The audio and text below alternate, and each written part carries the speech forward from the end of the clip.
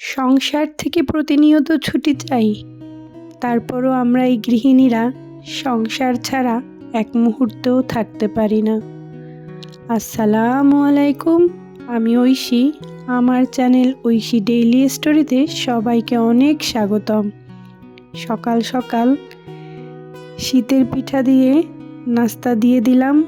নাস্তা করে সে চলে যাবে তার কাজে, আর আমিও নেমে পড়ব আমার সাধারণ জীবনের সাধারণ কাজ নিয়ে। আমি চলে এসেছি রান্নাঘরে, একটু মশলা চা করব। এই শীতের সময় সকাল সকাল গলাটা একটু ব্যথা ব্যথা করছে। বাচ্চারা এখনও ঘুম, তারা এখনও ওঠেনি, স্কুল বন্ধ, তারাও একটু রিল্যাক্সে সময় কাটাচ্ছে।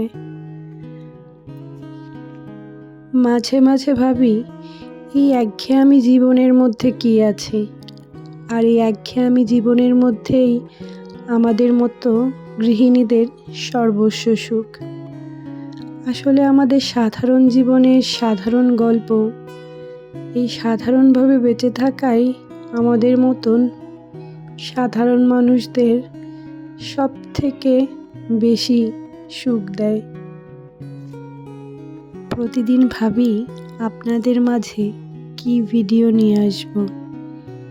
সেই একই ছকে বাঁধা জীবন, একই চার দেয়ালের মাঝে ছোটোখাটো নিজের গল্প নিয়েই আপনাদের সামনে আসি। এটাই আমার জীবন। এই স্বচ্ছ সাধারণ দিনগুলোই আমার জীবনের এক একটি অংশ।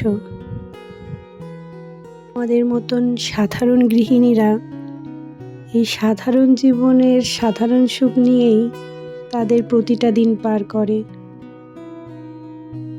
সকালে উঠে তার সংসার সামলানো, বাচ্চা কাচ্চা সামলানো, নিজের সংসারটাকে সব থেকে সুন্দর করে রাখা,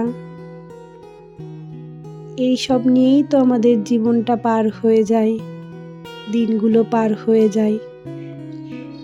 আর এই দিনগুলোই, এই সাধারণ কাজই আমাদেরকে সব থেকে বেশি সুখ দেয়। আমি তাই মনে করি।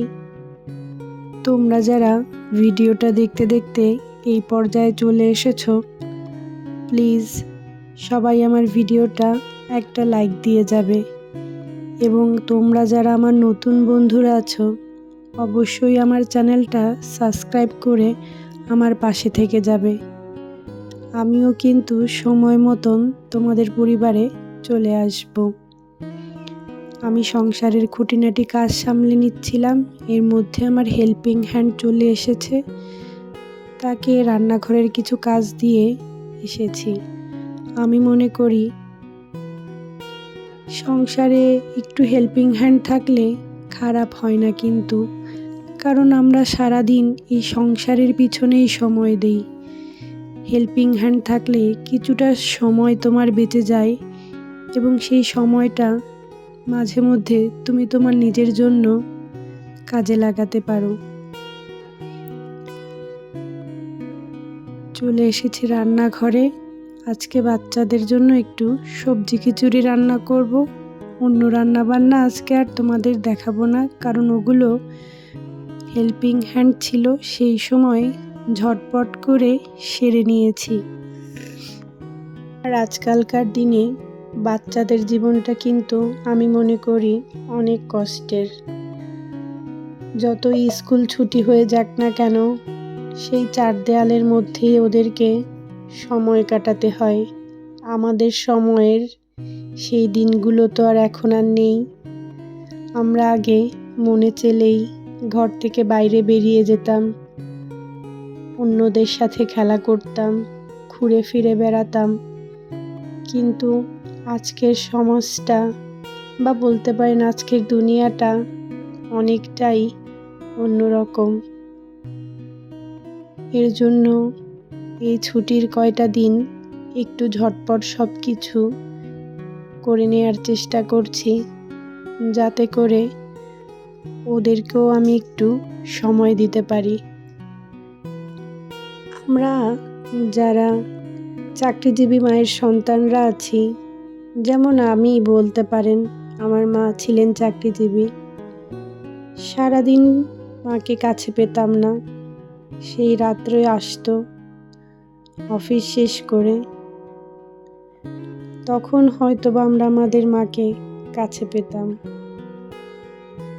সেটা যাই বলেন না কেন, গৃহিণী আর চাকরিজীবী মা তো মাই।